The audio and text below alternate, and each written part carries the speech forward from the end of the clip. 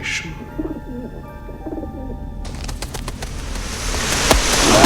Hey there guys, this is Richard, your host, with another Marvelous video. Marvelous Videos has done plenty of videos on the Hellraiser franchise, Cenobites, and the Hellraiser universe in general. But in this one, I'm bringing you the entire life history of Pinhead, the mighty Cenobite, the Hell Priest who commands his order to serve Leviathan. We'll begin with this demon's origin and explore the various timelines from movies, comics, and even Clive Barker's novel titled Scarlet Gospel, which seems to seal Pinhead's arc as we know it. Let's get started. Before we go into our explanation, we have a very small request. If you like our content, please support us by subscribing to our channel. This is a small click for you, but for us, it means a lot. Thank you. Let's begin.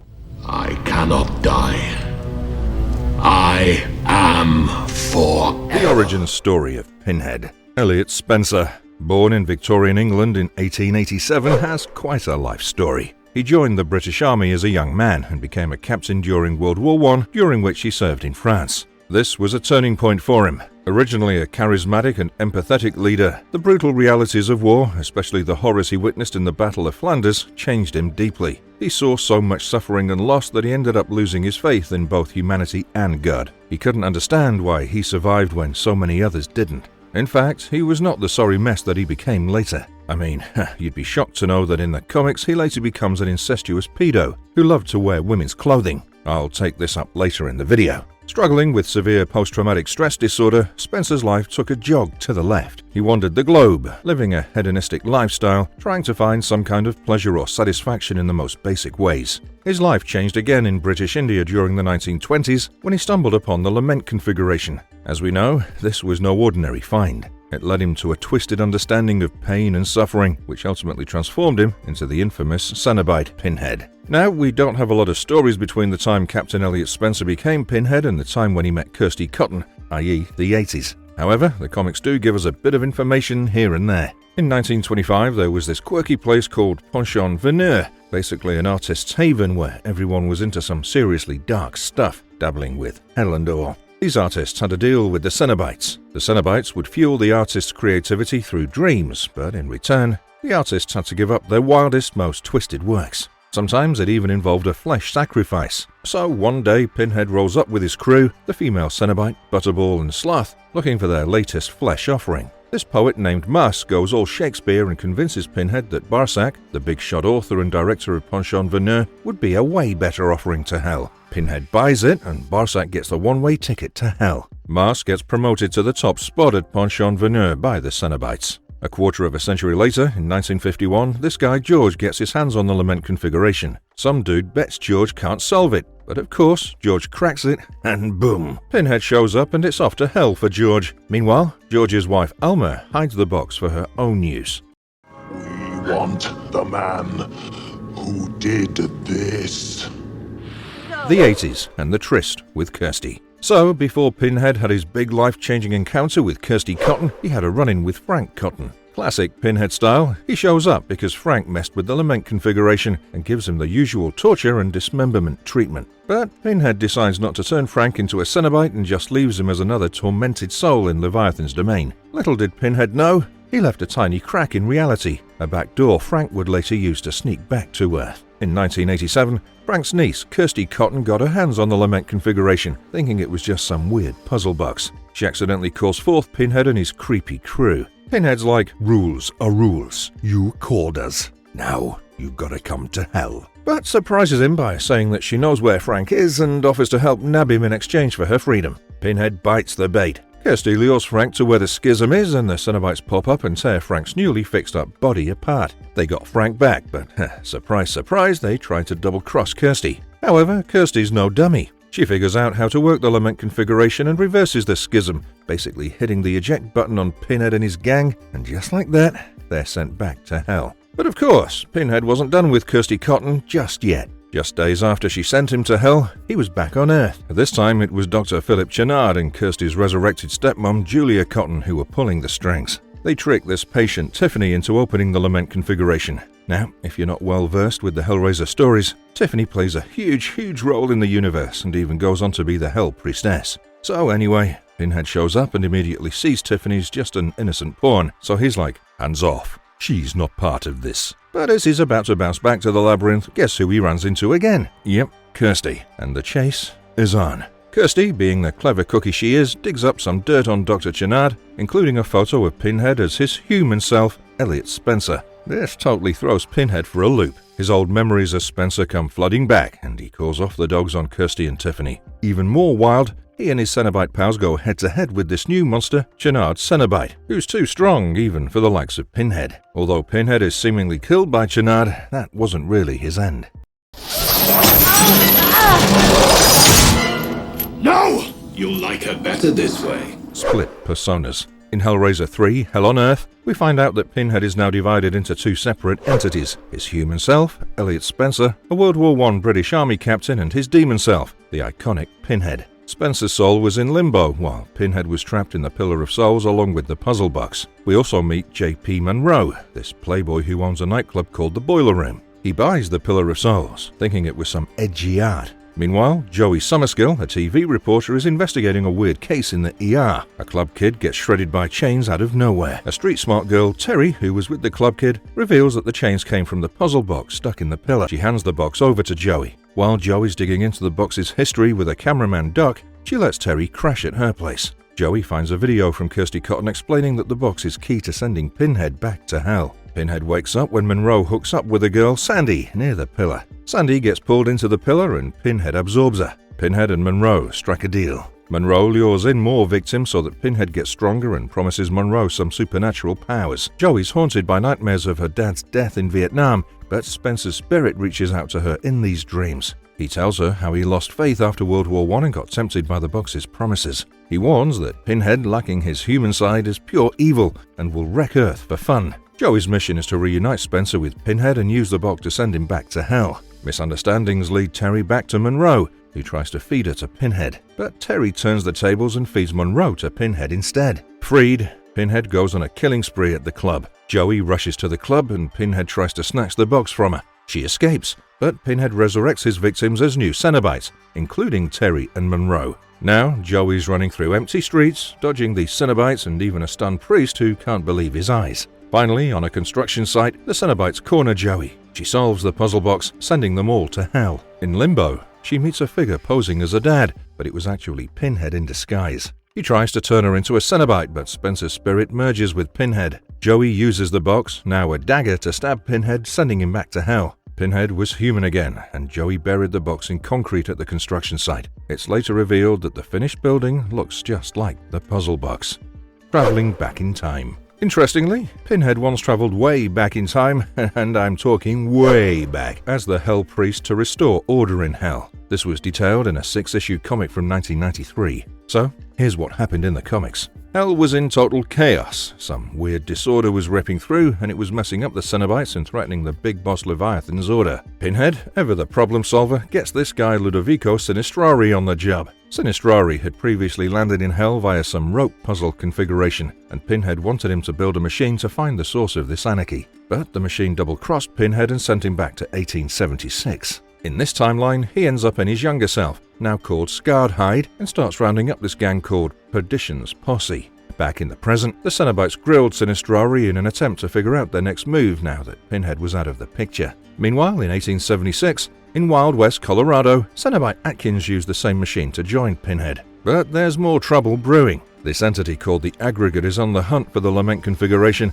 and it tracks down its guardian in a local town. Things get wild when Aggregate tries to snatch the configuration. Scarred Hide, aka Pinhead, Atkins and the posse jump in, but Aggregate is tough. It takes out Dixie and Snake Oil from the posse and knocks Atkins out before trying to make a run for it with the configuration. Before Aggregate can escape, though, it gets wrecked by a train, leaving a challenge for Scarred Hide to find it in an earlier timeline to stop the chaos. As Scarred Hide preps to leave 1876, he shares a moment with the posse, giving his blessings and farewells. After this, Pinhead gears up for his next time hop to the year 1728. Okay, so Pinhead's next stop is 1728 France, right at the Church of Saint Medard. He jumps into his past self, who's now Monsignor. Soon after, another Cenobite, Babarith, follows him to this era. Meanwhile, Paris is dealing with a nasty sickness, and this one possessed guy warns Father Jean Depage from the church about this Aggregate character. Depage finds Aggregate, but gets tricked into working for him, thinking he's fixing his ancestors' wrongs. On the other side,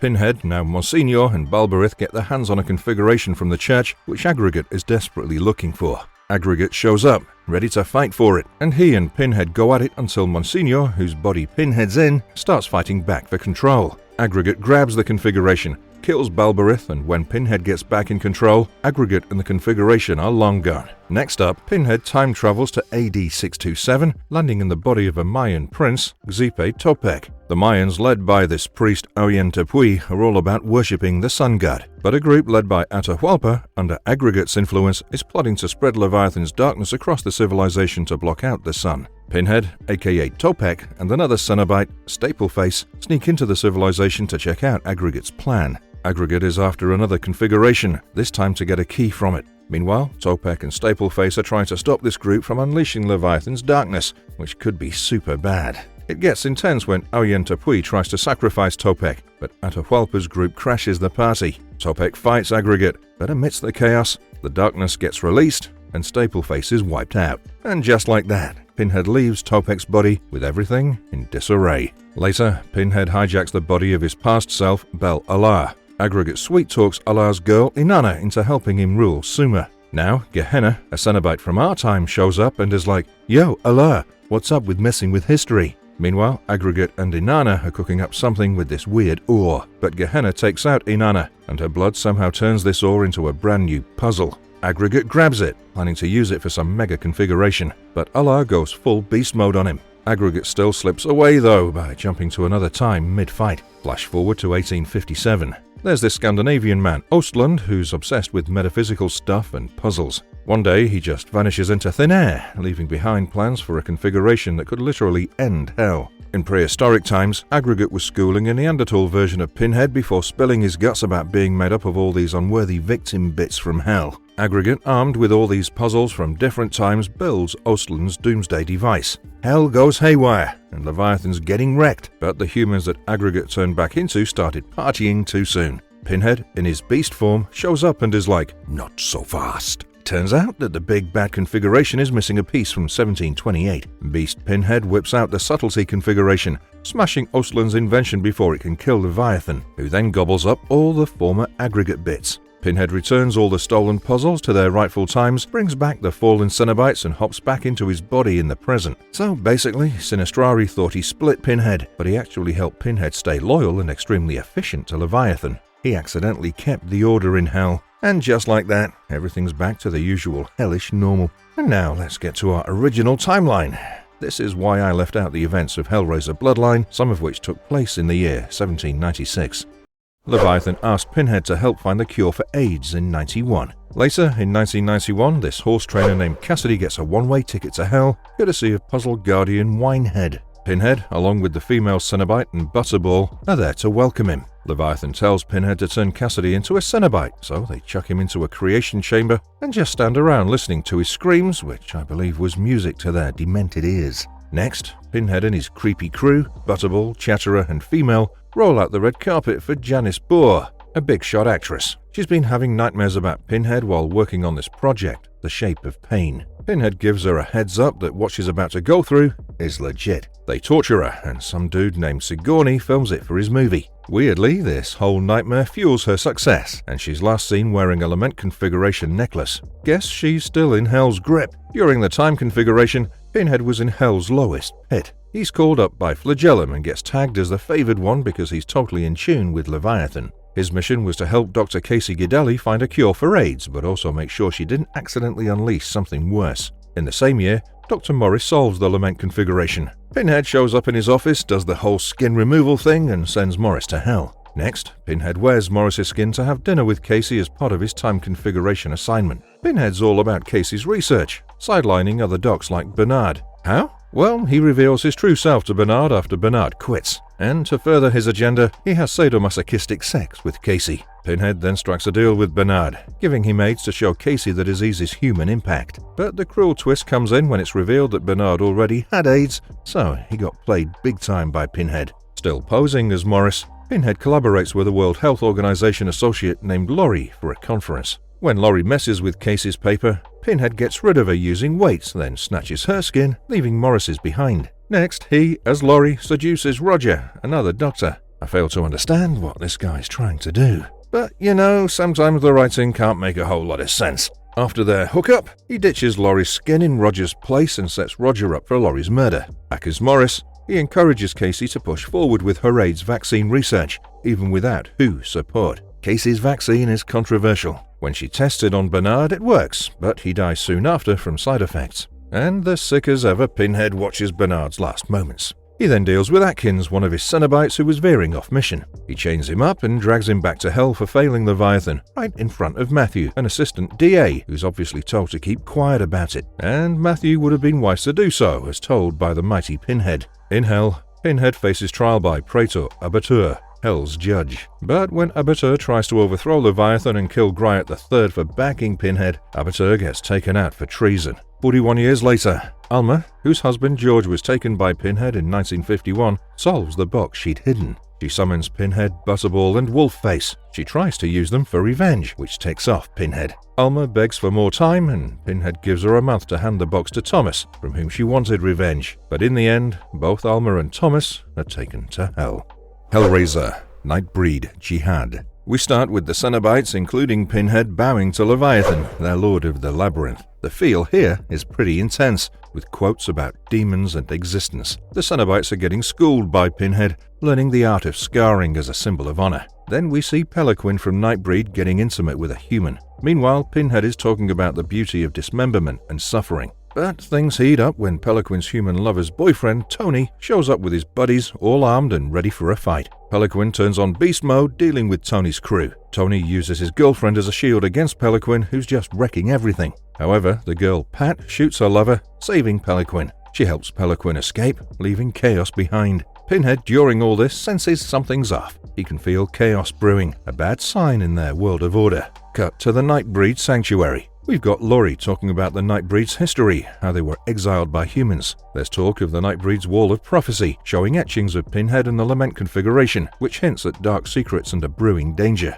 Aaron Boone, now known as Cabal among the Nightbreed, senses this danger too. But the only immediate concern seems to be the quality of their dinner. Despite the cryptic signs, the exact nature of the impending threat remains unclear. Cabal, aka Aaron Boone, is checking out the stars, and this old witch tells him to look deeper, not just as a man or a Nightbreed, but as a savior. Boone's like, what the heck? When he finally sees something freaky in the stars, a skull. The witch, not exactly Miss Optimism, says it's a bad sign. For Cabal and the Nightbreed, the universe was throwing up a big red flag for tough times ahead. Meanwhile, back in Hell's Labyrinth, things are getting intense. A guy's skin is being sliced super thin, being prepped as a vessel for something hardcore. They're reading from these creepy texts about suffering for a purpose and transcending taboos. So it's basically all about embracing pain and chaos over typical human morality. But of course, Pinhead is in his element of the Hell Priest as he prepares for a sermon. Decked out in ritual piercings, he strives to show his dedication to Leviathan. He preaches about being orderly in life and wild in work, calling his followers to worship at what he calls the Church of Hell. So we've got Boone seeing ominous signs in the stars, and Pinhead leading some kind of twisted hellish ritual. And as you may have guessed, the stage for something big and dark is being set. Pinhead and his Cenobite crew are adding a new petition to their nightly litany. They're focusing on the Nightbreed, who have returned from exile and are stirring up fear and chaos among humans. Pinhead sees them as a threat to their war on flesh. During this meeting, a Cenobite named Olastor tries to chime in with a solution, but he's quickly shut down by Pinhead, who tells him he's out of line and not due to speak for thousands of years. Leviathan, speaking through a Cenobite, wants Olastor to have his say. Olastor suggests a final solution to wipe out the Nightbreed. Pinhead finds this interesting, but is cut off by Leviathan, who decides to go with Olastor's plan. Leviathan declares a holy crusade, a jihad, against the Nightbreed. Pinhead, though hesitant, accepts the mission because he understands the gravity of what's being asked of him. As they wrap up, Olastor expresses his excitement about working with Pinhead, calling him a legend. But the exchange gets heated, with some not-so-friendly banter, showing the tension within the Cenobite ranks. Pinhead walks away in disgust after the meeting with the Cenobites. Olastor doubts Pinhead's leadership and talks about having his own agenda. Gehenna agrees, hinting at a plot to overthrow Pinhead. Olastor reveals that their plan isn't just about the Lament configuration. They're looking to solve other puzzles to open a gateway to Earth and target the Nightbreed. It's clear Olastor is up to something big, something that could swing open the gates between realms. Meanwhile, Peliquin and his human lover Pat are speeding down a highway, chased by Tony's friends. They're attacked, but it's not Tony's guys who hit them. It's Aaron Boone, also known as Cabal. There's a tense exchange with Peloquin and Cabal butting heads. Cabal's trying to rally the Nightbreed, including Peloquin, for a serious cause. Olastor's plan unfolds further as we see a bull-like creature in agony, desperate for escape. Olastor, with his Cenobite order, helps the creature, which reveals that they've managed to escape from Hell into the human realm. The story shifts to the Nightbreed.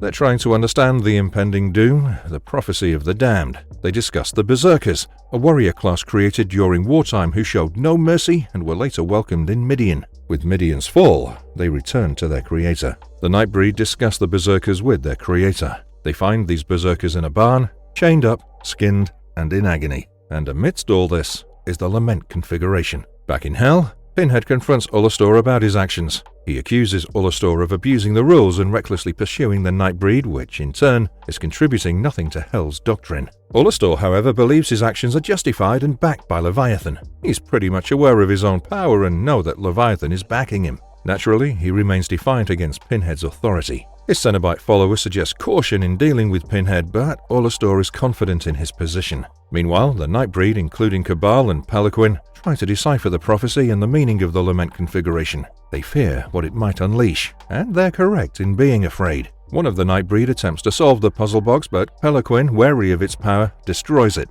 Suddenly, the Cenobites, led by Olastor, crash into the Nightbreed's world through a portal. Olastor fatally wounds Cabal and declares the Cenobites as gods to the Nightbreed. The Cenobites start attacking the Nightbreed, hooking them up and wreaking havoc. So, essentially, the battle lines have been drawn, with the Nightbreed facing a brutal onslaught from Hell's emissaries. The next scene opens with the Nightbreed realizing the broken Lament configuration might be their only hope for salvation. As the Olastor-led Cenobites unleash their wrath, the Nightbreed scramble to gather the fragments of the puzzle box. Pinhead had always been the more strategic and thoughtful of the Cenobites. Naturally, he stops Chatterer from attacking and warns Olastor against further blasphemy against their Leviathan. Pinhead recognizes the chaos Olastor is causing, and all he wants is to curb it. Olastor, meanwhile, basks in his own perceived godhood, convinced that the Nightbreed will soon be begging for his mercy. He sees himself as an open invitation to walk among them, something of a self-proclaimed deity. Pinhead confronts Olastor and accuses him of arrogance and self-interest, which quite clearly is a betrayal of their orders from Leviathan.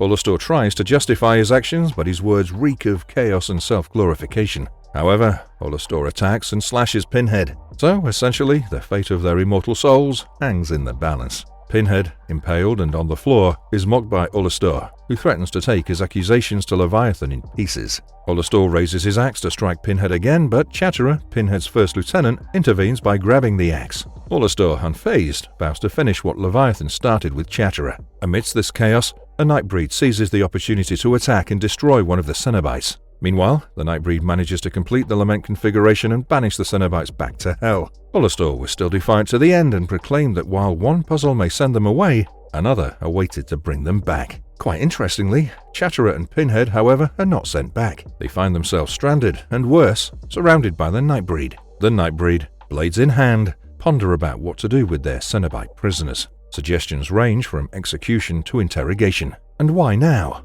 Their kind had just killed several of the Nightbreed. Back in the labyrinth, Olastor and Atkins, who was a member of Hell's armory, prepare for the ongoing war. Atkins seems disinterested in Leviathan's dominion and expresses his disdain for the ritualistic and sadomasochistic aspects of their existence.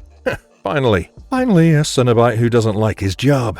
Meanwhile, the Nightbreed proceed with a peculiarly unconventional interrogation of Pinhead, using maggots to extract information from his mind. The process is risky, as the maggots might unearth and mix Pinhead's thoughts with those of the Nightbreed. After the procedure, the extracted maggots are handed to other Nightbreed members to see what insights they might reveal about Pinhead's mind. As the Nightbreed delve deeper into Pinhead's memories, they uncover his past connections with the Knights Templar and the Temple of Sodom. These memories reveal a war with the Cenobites on one side and the Knights Templar on the other. With Pinhead still captive, the Nightbreed aren't entirely sure about their next move. They'd just been brutally assaulted by the Cenobite, and know that these minions of Leviathan are a force to reckon with. Kinski suggests they evoke Baphomet as a rallying point for the Nightbreed, who are now leaderless after the loss of Cabal, their savior. Furthermore, they want Pinhead to access Baphomet's sanctuary because he appeared on the Wall of Prophecy alongside Cabal. Pinhead wastes no time and seizes the opportunity to offer to assist the Nightbreed. 1. This may just ensure his freedom, and 2. He sees Olastor as a common enemy. An alliance is struck between the Nightbreed and the Cenobites, with Pinhead and Chatterer agreeing to help. The Nightbreed perform their ritualistic chants and cover Pinhead, Peliquin, and Cabal's body with a potion. They find themselves transported to a new location where they face a Knights Templar. The Templar, who holds a sword to Pinhead's throat, is eager for vengeance but hesitates and warns Pinhead that only one way leads out, and he'll be waiting. Pinhead acknowledges the warning and hints that the gods demand a living offering, implying that sacrifices will be needed. Pinhead, tasked with summoning the Nightbreed's god Baphomet, mulls over a double cross to wipe out Baphomet and the Nightbreed, potentially scoring big for Leviathan. But he's torn, thinking maybe the Nightbreed, humans and Cenobites could actually get along. Emerging from Baphomet's cave, Pinhead faces the skeptical Nightbreed. He spills the beans. Olastor's been playing dirty, using a human woman as a living puzzle to let the Cenobites into the Nightbreed's world. Peliquin's gut reaction? Pinhead's a traitor, but Pinhead swings it back, pitching a united front against Olastor. Peliquin and a Templar Knight buy in, and they gear up for a showdown with Olastor and his crew. The face-off is intense. Olastor's all smug, thinking he's about to hit god status, but Pinhead's got other plans, backed by Peliquin and the Knight. It's an all-out brawl between the Nightbreed and Cenobites. Peliquin makes a tough call, sacrificing his human lover for the cause, which flips the script on Olastor, turning him and his posse human. Peliquin then unleashes his fury on the now vulnerable Olastor and company. Post-battle, Pinhead's back to his old self, piercings and all, pondering the whole faith and pain gig. He drops a truth bomb on the Nightbreed. This team-up was a one-time deal. Once Hell figures out their next move, it's game on again. Baphomet's been watching this whole drama unfold and wonders why it's gotta be Nightbreed versus Cenobites. Pinhead hits him with some hard truth. Their paths are set, and conflict is part of the deal. They're just too different to coexist peacefully. So we wrap up with this fragile truce between Nightbreed and Cenobites. They're cool for now, but it's a safe bet they'll be butting heads again down the road. It's a tense ending, leaving the door wide open for more clashes in this weird, wild world.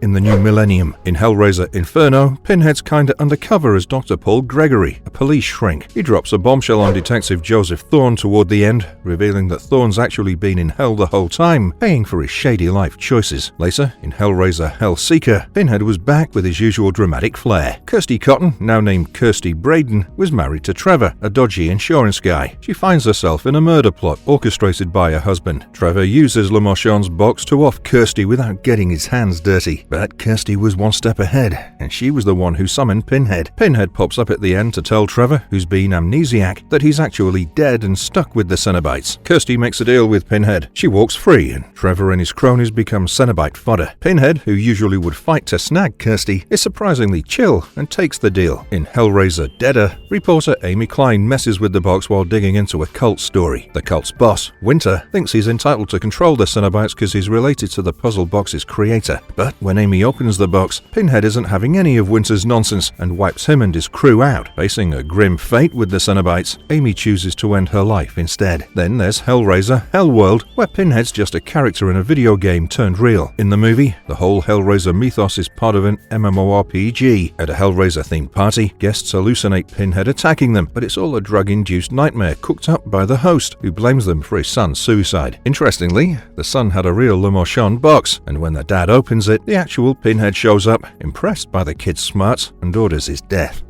2011-2018 movie continuity. In Hellraiser Revelations, things take a twisted turn with a new Pinhead in town, played by Stephen Smith Collins and voiced by Fred Tatasciore. Stephen Craven and Nico Bradley are two wild young dudes who bolt from home to party hard in Mexico. Things go south, then they vanish, leaving behind a mysterious tape. A year later, both families are having dinner, still reeling from the boy's disappearance. Emma, Stephen's sister and Nico's girl, is fed up and wants answers from the tape her mum's been hoarding. Sneaking a peek at the tape, Emma sees some seriously messed up stuff. Stephen and Nico at a bar where Nico goes psycho and kills a girl while hooking up. He then blackmails Stephen into sticking with him. The big shocker was that Nico solved the puzzle box, which opened a gateway to Pinhead's freaky world where pleasure and pain are one. Stephen escapes, but Nico gets dragged into Cenobite torture land. Nico uses the box to chat with Stephen and convinces him to kill some ladies to rebuild his body. But when Stephen says, no more, Nico kills him instead. Later, Stephen arrives at the dinner and holds everyone hostage. However, the Stephen holding everyone one hostage is actually Nico wearing Steven's skin. He's got a shotgun and wants Emma to crack the puzzle box, hoping the Cenobites will snatch her instead of him. Emma cracks the box and Pinhead and the gang, including Cenobite Steven, show up. Nico's mom breaks Pinhead's stay quiet rule and gets killed immediately. Nico tries to play the hero, saying he lured them to take Emma, but Pinhead wasn't willing to accept it. He hooks Nico, but then gets all creepy with Emma, sensing her dark side. When Emma's dad shoots Nico, the Cenobites take Emma's mom because Nico was dead and they still owed a soul. Her dad apologizes, then dies, leaving Emma alone with the puzzle box. In Hellraiser Judgment, with Paul T. Taylor stepping into Pinhead's shoes, things get further weird. Down in Hell, Pinhead and the Auditor from the Stygian Inquisition are brainstorming new soul harvesting strategies because humans are outsmarting their old tricks with the configurations. Meanwhile, up top, Detective Sean and David Carter, along with Christine Edgerton, are on the trail of a serial killer called the Preceptor, who's offing people based on the 10 Commandments. The case leads them to Carl Watkins, a missing criminal linked to an eerie spot at 55 Ludovico Place. Sean checks it out, but ends up passing out and waking in Hell's courtroom. Just as he's about to get the hellish verdict, an angel named Jophiel steps in, and Sean makes a run for it with a puzzle box. The Auditor hits up Pinhead for advice. Sean and David revisit the house but find nada about Hell or the Inquisition. That night, Sean's mind is a horror show of Cenobites and other hellish figures promising judgment and redemption. The plot thickens when Sean and Edgerton find a lead at the coroner's office. They track the Preceptor to his lair, where Sean flips the script and reveals he's the Preceptor. David figures it out, but Sean's ahead of the game, holding him and his wife Allison hostage with the box. Sean tries to bargain with Pinhead, offering Allison and David. Pinhead's like, "They will get theirs for opening the box, but you're off the table." The Auditor shows up to drop the guilty verdict on Sean. Jophiel jumps in again, but Pinhead's not having it and has her ripped apart. For crossing the line, God boots Pinhead out of Hell, turning immortal. He's left wandering Earth, missing his former twisted glory. But this wasn't the only time that Pinhead took the form of a mortal human. Once, he did so on his own accord.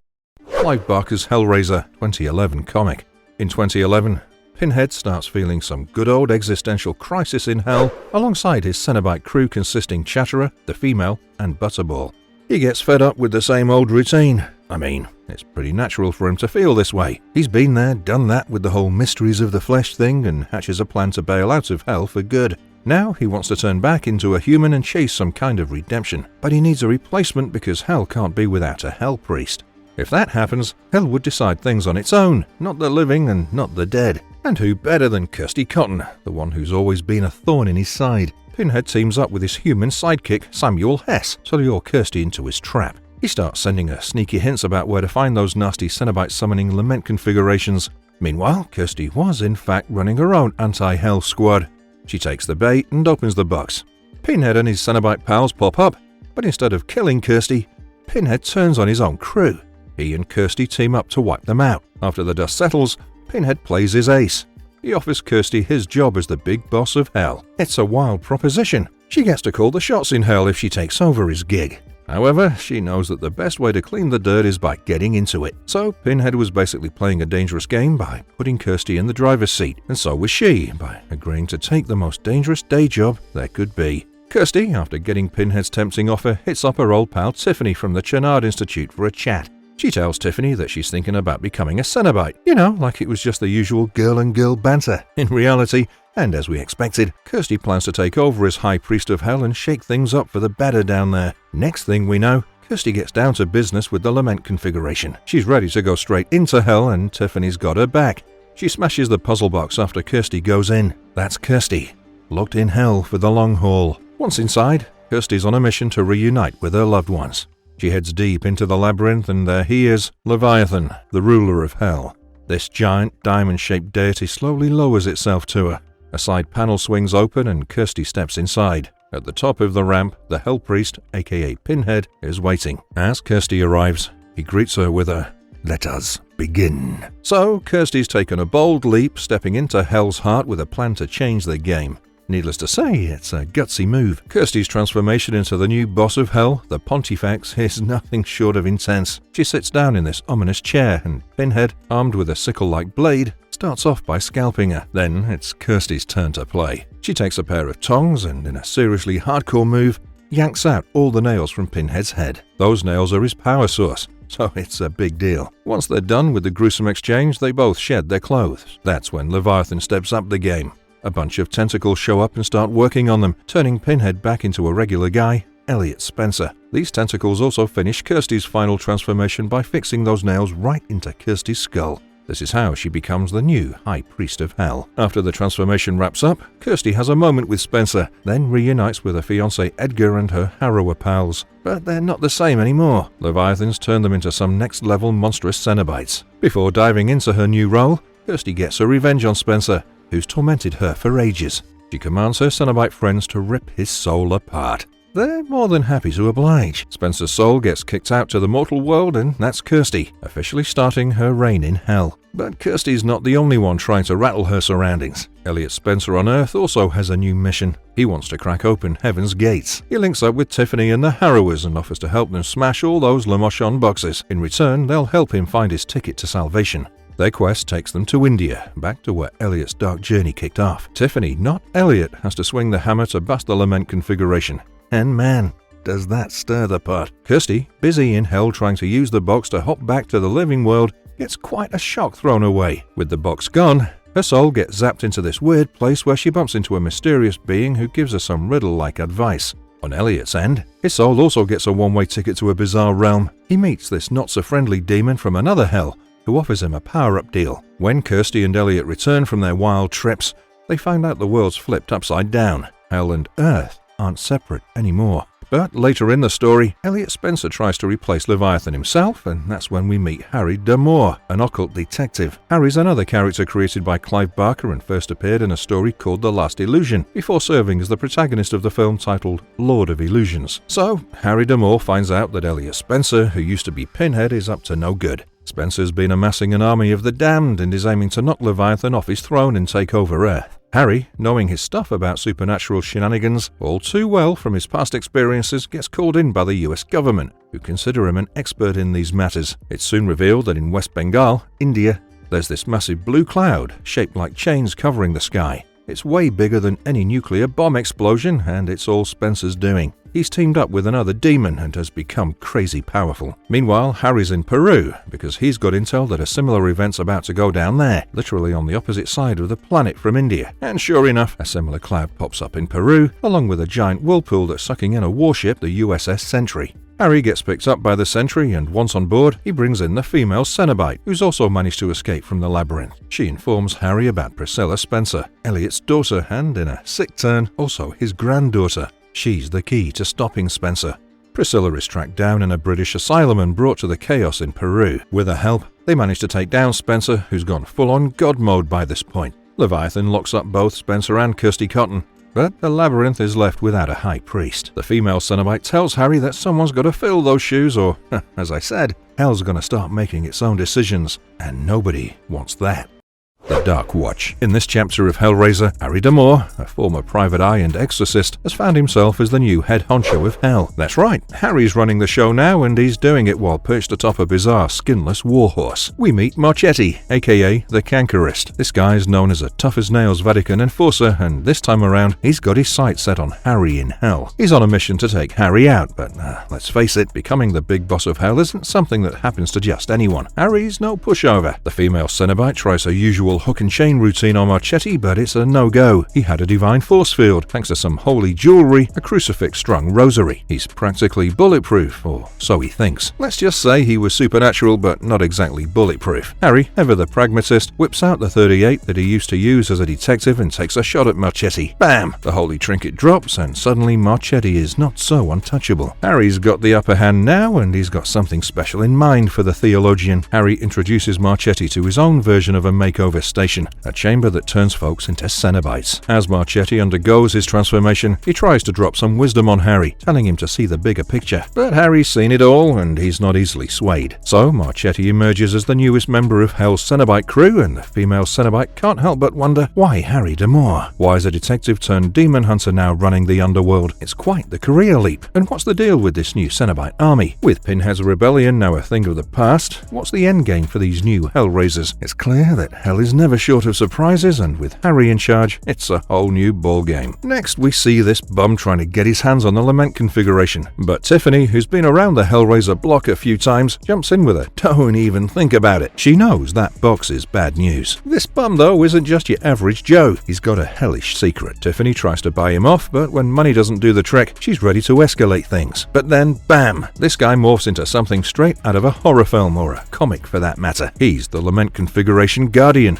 and he's no joke. Tiffany's seen some wild stuff, but this takes the cake. It throws her back to her time at the Channard Institute, where she was first dragged into Hell's grip. She's had a fair share of encounters with the dark side since then. There's a flashback to Tiffany and her crew in action. They're on a mission to lock down all the gates to Hell, including the Lament configuration. Their safe was packed with these twisted puzzles, and they were trying to figure out if they were doing the right thing. Norton was on board with the plan, but he wasn't keen on getting messy. Rajiv had his own baggage, and Theo was questioning his place in all of this. They're all tied together by Harry Damore, the occult PI who's currently off the grid with Hell's ex-bigwig, Elliot Spencer. Amidst the tension, Tiffany gets a call from Norma, who's been gifted with some psychic insights from Harry. Norma tells the team about a new puzzle box about to be opened in the Bronx, and Tiffany's got to stop it, leading to where Tiffany's story picks up. Back to the fight with the Guardian Cenobite, Tiffany knows she's in deep water. The situation's about to explode, and she's right in the middle of it. She gets saved by Harry, who it's revealed is working for the good guys. A few things happen in the comic that are rather unimportant to Pinhead's arc, but the important thing to know is that the comic establishes that there's more than just one Hell in the Hellraiser universe. In fact, Pinhead joined hands with Abaddon, Leviathan's rival, and due to this partnership, he now has become extremely powerful. Additionally, the demons from another Hell have arrived in the labyrinth to kill Cenobites. Why? Well, a few Cenobites had killed a few of the extra labyrinth demons. So anyway, Hell's literally crumbling apart, and Spencer, once the iconic Pinhead, has morphed into this monstrous demon under the influence of Abaddon, Leviathan's rival. He's now the main man in Abaddon's Hell and leads an army in the Hell of Fury. Spencer is loving his new form and powers, but not everyone in the army is cool with an ex-human calling the shots. One demon challenges him, thinking he's still just a squishy human.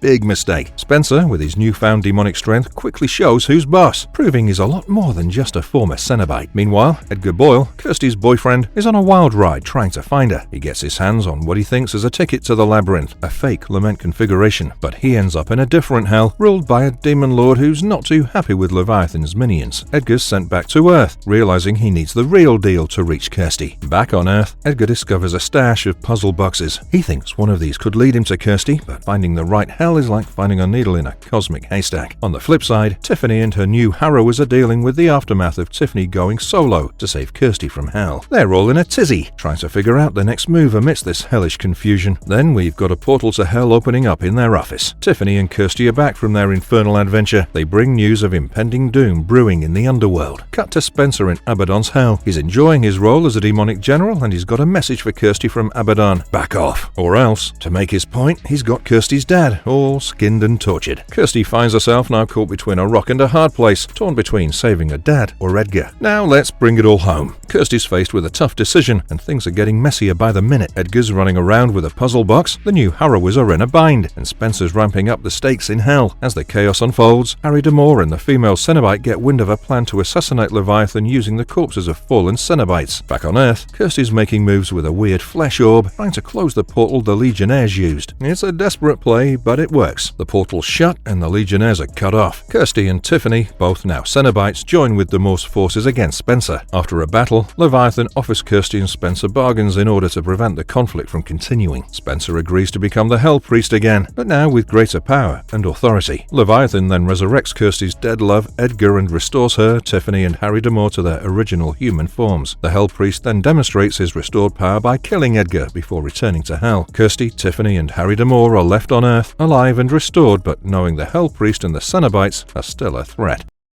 Hellraiser Bestiary. In Hellraiser Bestiary, an anthology series that revamps the classic Hellraiser world, we're treated to a variety of horror tales, including a recurring story about a gang nicking Pinhead's pins. In the first short, titled Symphony in Red, the story kicks off with chaos, a regular theme in the Hellraiser universe. Pinhead's back in the labyrinth, and he's really leaning into his role, dishing out punishments left and right. He's on a tear, and even his own followers are getting antsy about what he's up to. The Cenobites, eager to see their leader, gather in droves, waiting for Pinhead Pinhead to make an appearance. But Pinhead?